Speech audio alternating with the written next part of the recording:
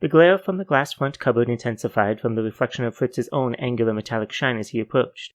Long, thin brass fingers swing the door open by a small copper knob, revealing the full array of cubbies and slots holding individual dishes of all kinds.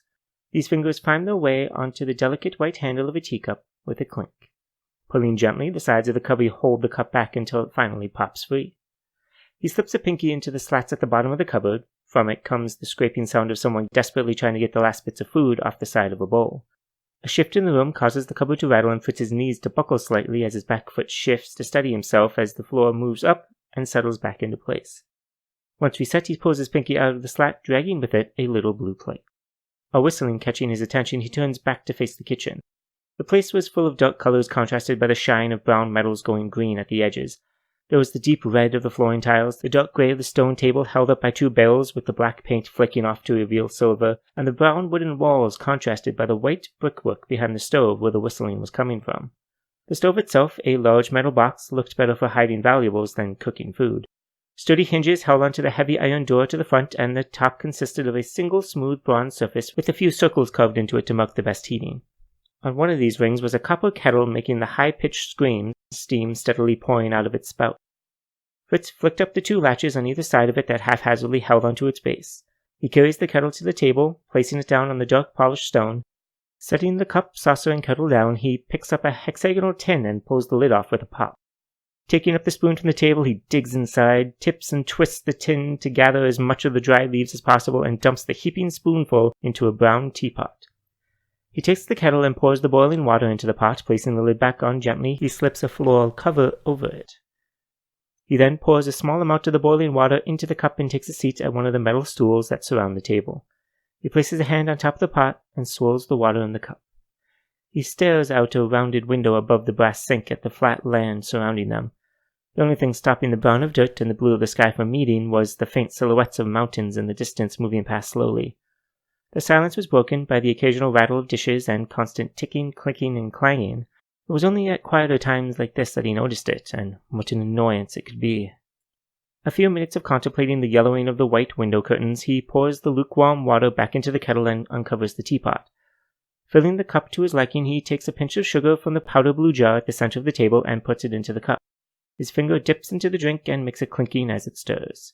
He brings the cup up, a small slot opening up above his chin with the grinding, and pours in a sip.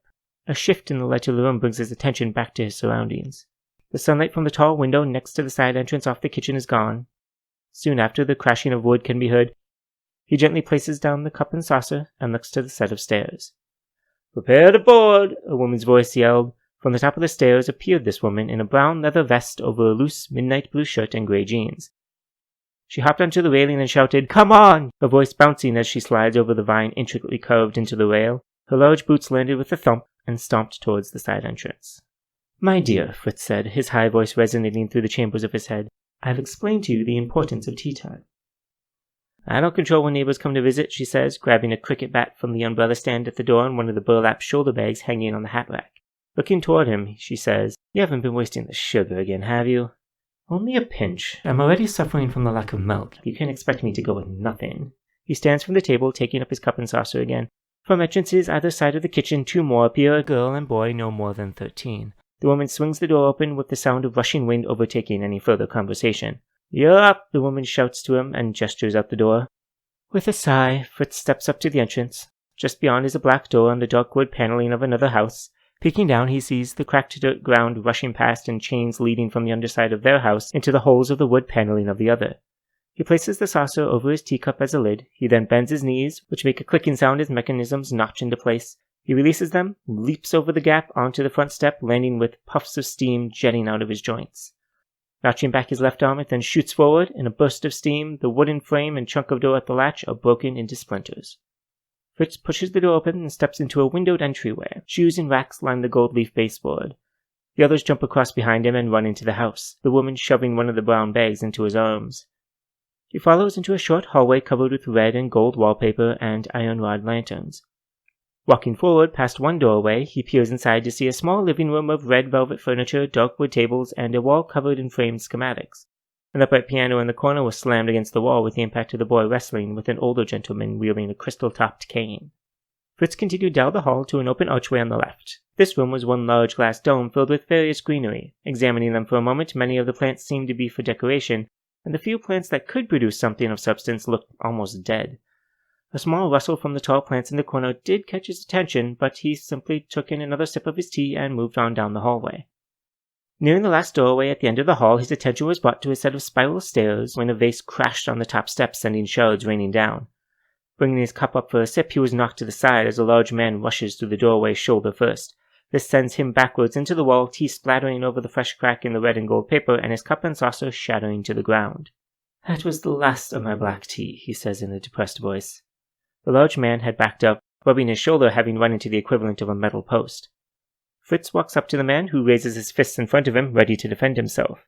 Instead, Fritz reaches out and grabs one of the man's arms. With a click, he locks his hand and arm into place, trapping the man's wrists. While the man struggles to pry open the metal fist, he notches back his right arm. With a hissing, the arm bursts forward into the man's gut, and a release of steam from his shoulder and elbow block his vision. The steam clears with the man doubled over. Fritz frees his hand, and the man slumps to the ground with a thud and a moan. He steps over the man's body, a noticeable creaking coming from his own limbs, into the kitchen of pale woods and black brickwork. An intricate iron rod light piece hangs over a square table at the center of the room, surrounded by 4 matching high-backed leather chairs. Open shelves line the walls with straps stretched across them in various ways, holding down the packed inventory, meticulously arranged. One rack contains bronze cookware, another has multiple sets of dishes separated by design and color. Then there is the one stocked with cans, tins, and bowls of food. The woman stood in front of the shelf, sweeping armfuls into her sack. He walks towards her, his legs seizing up for a brief moment, but a quick pump with a weak burst of steam gets it moving again.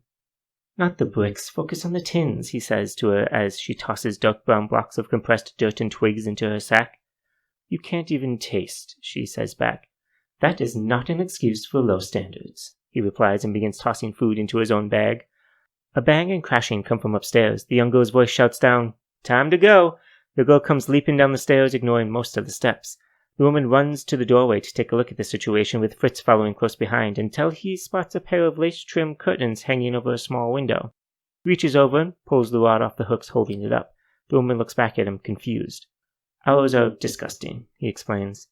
She rolls her eyes and heads out of the doorway. He follows, but as he crosses the threshold, his leg seizes up again. He tries pumping it, only to be met with a grinding sound. "Small issue," he shouts up to the woman, who looks back at him from the living room doorway. "Really?" she says. "I did explain to you." She runs back to him, pulling the cork out of a water skin she takes from her hip. "You will not put that dirty water down my pipes. It wreaks havoc." "Yes, I am." She takes a small screwdriver from her pocket and uses it to pry open the slot covering of his mouth and pours in some of the water. He doesn't stop her, but makes an astounding amount of fuss in the few seconds it takes. Down the hallway, the boy comes stumbling out of the living room with the crystal-topped cane in his hand. He rushes out the door and jumps back into the house. The woman corks her water skin, a few pumps of his leg and bursts of steam. It was working again. Just in time to hear footsteps above them heading to the spiral stairs. They rush to the doorway. Out of the corner of their eye, they see the old man leaning on the doorframe to the living room as they pass. They hear something land with a thud behind them. There is a thunderous boom, followed by the ping of metal hitting his own metal frame. They leap back through the doorway and into the kitchen, slamming the door behind them. With another bang, part of the door bulges and splinters. "Reel 'em in," the woman shouts to the girl and boy, who run in opposite directions back to the doorways on either side of the kitchen. With the clanging and clinging, the house is slammed together, and once again, the crunching of wood is heard. A sudden shift puts Fritz off balance. Looking out the window, the two houses drift away from one another, the other house trailing chunks of its foundation in the dirt behind it. Fritz gathers up the 3 brown bags left at the floor and brings them into the kitchen. He grabs the bronze kettle, that somehow managed to stay upright, and places it back on the stovetop, latching it into place. From a small hatch at the side of the stove, the flames are stoked with a bellows hanging nearby. He then heads back to the table and begins taking items out of the bags, organizing them into the cupboards while he waits for the kettle to boil.